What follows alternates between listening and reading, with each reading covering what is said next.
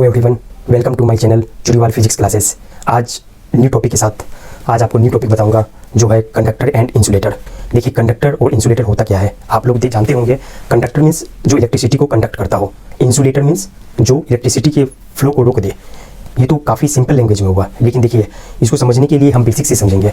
अगर कोई मेटल का रोड हो, ठीक है, मेटल का रोड को अगर आप ऊन का कपड़ा हो या कुछ भी हो, है ना, ऊन से आप अगर उसको रब करेंगे तो क्या होगा, तो उसमें क्या चार्ज क्रिएट होगा?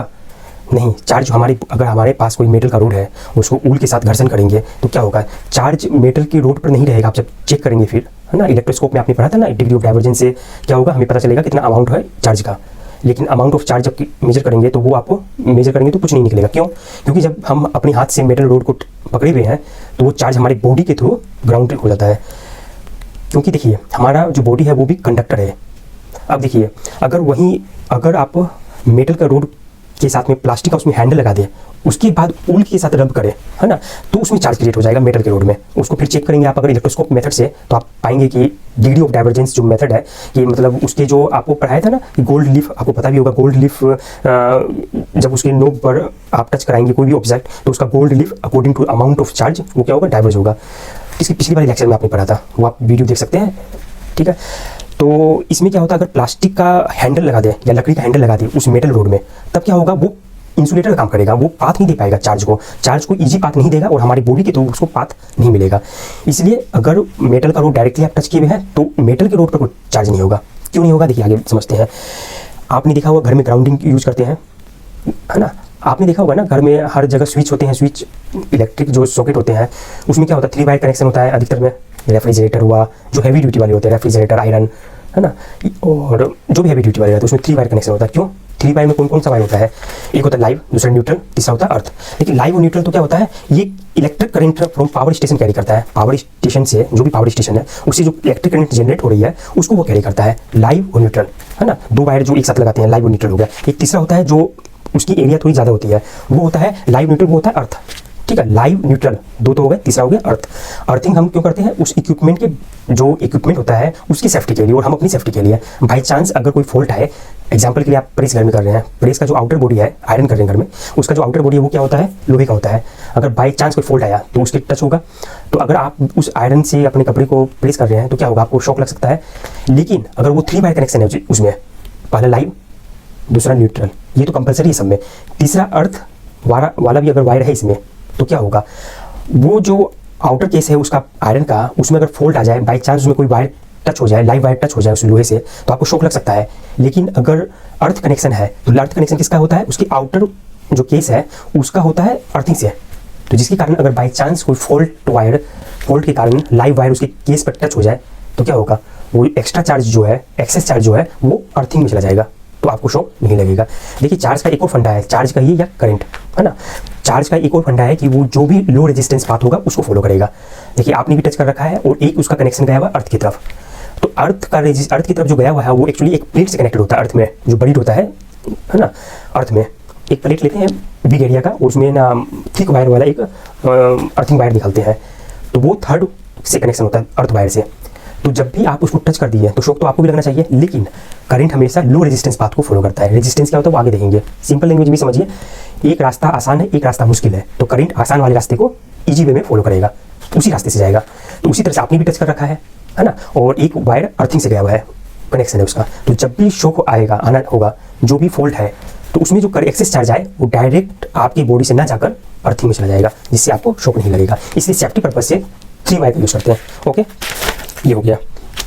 उसके बाद देखिए क्या होता है, आपने घर में कभी भी देखा होगा कि आप ड्राई हेयर जब होते हैं उसको आप कोम से ठीक करते हैं तो क्या होता है, वो चार्ज हो जाता है। प्लास्टिक का जो आपका कंघा है वो क्या होता है, चार्ज हो जाता है। कैसे, आप देख सकते हैं कि स्ट्रिप लीजिए, पेपर का छोटा स्ट्रिप लीजिए, फिर उसके पास ले जाइए अपने कोम को, तो क्या होगा, चिपक जाएगा उसमें, वो चार्ज हो गया। वही चीज़ आप अगर मेटल का स्पून चम्मच से करेंगे एग्जाम्पल, या ऐसा कर सकते हैं, मेटल का कोम है, कंघा जो है मेटल का है, फिर करेंगे तो हेयर पर तो वो रब हो रहा है, तो क्या उसमें चार्ज होगा, वो चार्ज हो पाएगा नहीं। क्यों, आपने जब प्लास्टिक के कोम से कर रहे थे कंघा, तो क्या हुआ, वो जहाँ पे चार्ज क्रिएट हुआ वो एक जगह रहा, ठीक है। लेकिन जब मेटल वाले में करते हैं, मेटल से करते हैं, तो मेटल में एक प्रॉपर्टी है, क्या वो होता है, यूनिफॉर्मली डिस्ट्रीब्यूट हो जाता है उसकी सरफेस पर। तो यूनिफॉर्मली डिस्ट्रीब्यूट होगा तो क्या होगा, तो वो सारे की सारी सरफेस पर आ गया और वो एक तरह से हम जो उसको टच किए हुए हैं तो हमारा बॉडी भी कंडक्टर है तो हमारी बॉडी में आ गया, फिर तो सब जगह यूनिफॉर्मली डिस्ट्रीब्यूट हो गया। और अगर हम अर्थ पर खड़े हैं जमीन पर तो क्या होगा, हमारे बॉडी से होते हुए ग्राउंड की तरफ चला गया। तो उस मेटल के कोम्ब या कहिए चम्मच कुछ भी यूज कीजिए, उसको अगर हेयर से रब करेंगे तो उसमें चार्ज नहीं होगा, क्योंकि जो भी एक्सेस चार्ज कोई भी चार्ज जो उसमें ट्रांसफर हुई थी, देखिए वो डायरेक्टली आपकी बॉडी के थ्रू ग्राउंड में चली जाएगी। समझ गए? चार्ज नेट चार्ज क्रिएट नहीं होता है। चार्ज कहते हैं कि जो भी चार्ज है वो सिर्फ ट्रांसफर होता है, charge can not be create नहीं किया जा सकता है। ये समझ गए आप? तो कहने का मतलब आपको जो कॉन्सेप्ट पता है ग्राउंडिंग और अर्थिंग, ये क्या होता है? तो मैं बताया ना कि एक्सेस चार्ज होता है वो ग्राउंड की तरफ चला जाता है। क्यों ये प्रॉपर्टी है? जब भी मेटेलिक चीज होगा, जो भी कंडक्टर है वो यूनिफॉर्मली डिस्ट्रीब्यूट कर देगा चार्ज को, ठीक है। तो ग्राउंडिंग और अर्थिंग में भी यही कॉन्सेप्ट है। कोई पूछे ग्राउंडिंग क्या होता है या अर्थिंग क्या होता है, वो होता है sharing of charges, sharing of charge. Suppose कुछ भी चार्ज है, एक्सेस चार्ज है, उसको इक्वल अमाउंट में यूनिफॉर्मली शेयर कर देगा, तो वो होता है ग्राउंडिंग। तो देखिए फिर अर्थ जो है उसका जो पोटेंशियल है बहुत लो पोटेंशियल होता है, आपको आगे लेक्चर में बताया जाएगा। उसको एक्चुअली कॉन्स्टेंट पोटेंशियल पर भी अर्थ कहते हैं कि अर्थ का पोटेंशियल कॉन्स्टेंट होता है, ठीक है। बस इतना समझिए कि अर्थ के 1 मीटर स्क्वायर एरिया में -1 नैनो कूलम का चार्ज होता है, इतना कम चार्ज होता है, ठीक है। तो अर्थ की एरिया तो बहुत ज़्यादा है ना, अगर पूरे के पूरे अर्थ की बात की जाए तो जो भी ग्राउंडिंग की जाती है तो वहाँ जो भी चार्जेज आएंगे एक्सेस अमाउंट में वो अर्थ में जाकर अर्थ में चले जाएंगे, सारे ग्राउंडिंग हो जाएंगे, क्योंकि अर्थ एक तरह से आपको यहाँ पर अर्थ पर बहुत कम चार्जेज है, -1 nano coulomb per metre square, है ना। तो जो भी आपका एक्सेस चार्ज होगा वो तो जरूर 10 कूलम या 5 कूलम, चाहे -1 नैनो कूलम से तो ज़्यादा ही होगा, माइनस तो इसलिए लगा कि इलेक्ट्रॉन है, 1 नैनो कूलम से तो ज़्यादा ही होगा, वो फिर चले जाएगा और अर्थ में यूनिफॉर्मली डिस्ट्रीब्यूट होगा। देखा जाए तो सब जगह, चाहे वो वायर से जा रहा तो वही कंडक्टर, है ना। तो एक तरह से वहाँ पर एक्सेस चार्ज जो है वो आफ्टर डिस्ट्रीब्यूशन, यूनिफॉर्म डिस्ट्रीब्यूशन, वहाँ पर बिल्कुल कम चार्ज हो जाएगा, नेग्लिजिबल, तभी तो कहते हैं कि ग्राउंड हो गया, है ना। तो सेफ्टी पर्पज से हम लोग हर इक्विपमेंट को जो जिसमें हाई वोल्टेज का यूज होता है ना घर में, या सेफ्टी पर्पज से हम उसमें 3 वायर कनेक्शन करते हैं। और इंसुलेटर में क्या होता है, वहाँ पर चार्ज एक ही जगह पर रहता है, स्टे रहता है, जबकि कंडक्टर में यूनिफॉर्मली डिस्ट्रीब्यूट होता है। यही कॉन्सेप्ट का यूज करके हम क्या करते हैं, ग्राउंडिंग और अर्थिंग कॉन्सेप्ट पर लगाते हैं। और फिर हम घर में जितने भी इक्विपमेंट होते हैं सब में आपने देखा होगा 3 वायर कनेक्शन मैक्सिमम में होते हैं। देखिए जब भी मेटल रोड को आप रब करेंगे किससे, ऊल से, तो क्या इस मेटल रोड में चार्ज आएगी? No charge. क्यों? जो चार्ज क्रिएट होगी वो मेटल रोड को हम अगर ऊल के साथ रब कर रहे हैं तो जो भी चार्ज क्रिएट होगी वो हमारी बॉडी के थ्रू है ना, हमारी बॉडी के थ्रू क्या हो जाएगी, ग्राउंड को चली जाएगी, है ना। हम ये ग्राउंड को खड़े हैं, ये रहे, तो ये नहीं हो सकता। तो हम मतलब अगर इसमें आपको अगर करना है तो क्या कर सकते हैं, यहाँ पर सिंपल में आपको करना होगा कि वुडन या प्लास्टिक हैंडल लगा लीजिए। ये कहाँ लगाना है, मेटल के रोड पर। अब क्या होगा, मेटल का रोड है ये सपोज, यहाँ पर क्या किया, प्लास्टिक को इसकी हैंडल है। अब इसको ऊल के साथ, है ना, कोई कपड़ा है, ऊन है, इसके साथ रब करेंगे तब यहाँ पर चार्ज क्रिएट हो जाएगी, ठीक है। तब यहाँ पर चार्ज आ जाएगी। क्यों? क्योंकि आपने इसको टच कर रखा है ना, तो आपके हाथ से ये ग्राउंड की तरफ नहीं जाएगी, ठीक है। इतनी बात समझ में आ गई। उसके बाद देखिए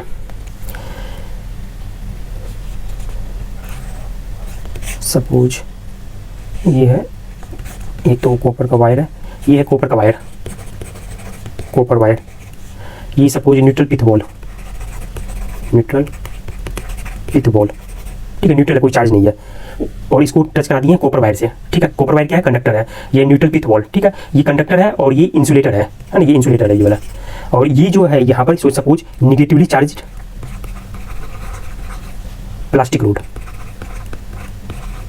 अब क्या होगा, अगर ऐसा करेंगे तो ये निगेटिव चार्ज, जो भी निगेटिव चार्ज है यहाँ पर, वो इस कॉपर वायर से, क्योंकि कॉपर वायर क्या है, कंडक्टर है, तो उसके थ्रू होते हुए इस बॉल को वो क्या करेगी, चार्ज कर देगी। समझ में आई बात? इसलिए कहा जाता है कि जो भी कंडक्टर होते हैं वहाँ पर चार्ज यूनिफॉर्मली डिस्ट्रीब्यूट होते हैं, जबकि इंसुलेटर में वैसी बात नहीं है। इंसुलेटर में यूनिफॉर्मली डिस्ट्रीब्यूटेड नहीं रहते, वो एक ही जगह रहते हैं, इसलिए इंसुलेटर में यूनिफॉर्मली डिस्ट्रीब्यूटेड नहीं होते हैं। एग्जाम्पल के लिए जैसे आपको बताया ना, ये कंघा है ना, अगर ये प्लास्टिक का है, आप इसको ड्राई हेयर पर करेंगे, रब करेंगे, तो क्या होगा, इसमें ये चार्ज हो जाएगा। और वो आप ये पकड़े हुए हैं ना, सपोज ये पकड़े हुए हैं, तो ये हो गया चार्ज्ड, ये चार्ज हो गया। तो यहाँ से ये चार्ज जो चार्ज है वो आपके इस हाथ से ग्राउंड की तरफ नहीं जाएंगे, क्योंकि ये इंसुलेटर है और वो एक ही जगह पे चार्ज रहते हैं। समझ में आ गई? अगर इसी की जगह प्लास्टिक की जगह अगर ये प्लास्टिक यहाँ पर ये जो प्लास्टिक लिया है, प्लास्टिक ना होकर सपोज इसको आप ले लेते, अगर ये प्लास्टिक नहीं होता और ये सपोज ये मेटल का होता, मेटेलिक, तब क्या होता, जो भी चार्ज है वो हाथ से होते हुए आप ग्राउंड पर है तो आपके बॉडी से होते हुए वो सीधे ग्राउंड में चला जाता, तो ये एक्सेस चार्ज इस पर नहीं होता, तो ये चार्ज नहीं होता। समझ गए बात को?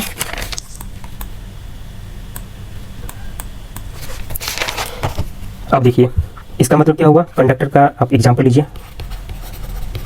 कंडक्टर क्या क्या हो गया, metal, conductor metal, human and animal bodies, और ये अर्थ भी कंडक्टर है ना। ये एग्जांपल याद रखिए, समझ में, एटसेट्रा।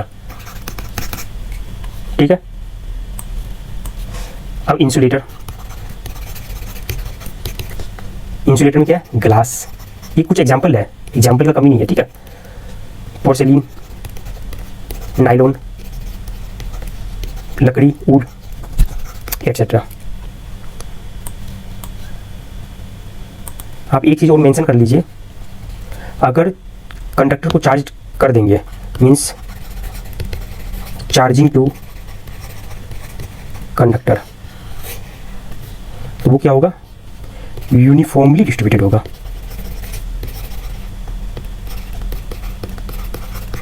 बात समझ में आ गई? और वहीं अगर इंसुलेटर के लिए लिख लीजिए, इंसुलेटर यहाँ पर क्या होता है, it stays at same place, एक ही जगह पर रहेगा, है ना। अभी कितनी बार आपको मैंने बताया है, ठीक है। ये सब कॉन्सेप्ट है, बेसिक कॉन्सेप्ट बिल्कुल। यही कारण है, कोई भी आपसे पूछे तो यही कारण है कि प्लास्टिक का कंघा जो होता है comb electrified by dry hair, है ना, ठीक है। वहीं अगर मेटल का स्पून रहे, स्पून कंघा जो भी हो जाए, तो उसमें चार्जिंग नहीं हो पाएगा, क्योंकि जो भी चार्ज होगा वो हमारी बॉडी के थ्रू पास कर जाएगा। अब एक और कॉन्सेप्ट लिख लीजिए, समझ लीजिए, ग्राउंडिंग और अर्थिंग। ये हमेशा पूछा जाता है, ये आपको ऑप्शन सभी मिल जाएंगे। अगर ये सब बेसिक कॉन्सेप्ट पता हो ना, तो जब भी ऑब्जेक्टिव सवाल पूछा जाए या बोर्ड का एग्जाम हो, कभी भी कहीं भी, ये बेसिक है। अगर ये सब ठीक हो जाए तो आगे भी काम आएगा आपको समझने में। इसका मतलब क्या है, देखिए बुक में तो बहुत लंबे चौड़े डेफिनेशन होंगे, वो आपको नहीं देखना है। सिंपल ये कॉन्सेप्ट याद रखें, it is the sharing of charge, C है चार्ज विथ अर्थ, ठीक है। तो अर्थिंग जो भी करते हैं, अर्थिंग, तो अर्थिंग करते वक्त क्या करते हैं, thick metal plate in earth and thick wire from this plate, है ना। उसी प्लेट से थिक वायर निकाल देते हैं, फिर जहाँ भी कनेक्शन देना है वहाँ कर देते हैं। तो ये सब जो अर्थिंग आपने देखा वो कहाँ होता है, ये अर्थिंग करने के बाद क्या होता है, अर्थिंग नियर मेन सप्लाई, है ना। विदाउट हो तो आप कमेंट सेक्शन में लिखिए, बिल्कुल उसको फिर क्लियर किया जाएगा। देखिए आप जो भी इलेक्ट्रिक वायर घर में देखते हैं, हाउस होल्ड जो भी देखते हैं घर में इलेक्ट्रिक वायर, उसको बताया ना कि उसमें क्या होते हैं, तीन कनेक्शन, तीन वायर होते हैं। एक होता है लाइव, दूसरा कहते हैं न्यूट्रल, तीसरा होता है अर्थ। देखिए लाइव और न्यूट्रल, ये जो है it carry electric current from power station, power station से ये कैरी करता है। और अर्थ वाला क्या होता है, अर्थ वायर जो होता है उसको क्या करते हैं, इसको क्या करते हैं, अर्थ वायर को इसको अर्थ कर देते हैं, जमीन के अंदर डाल देते हैं ना। Earth by connecting metal plate,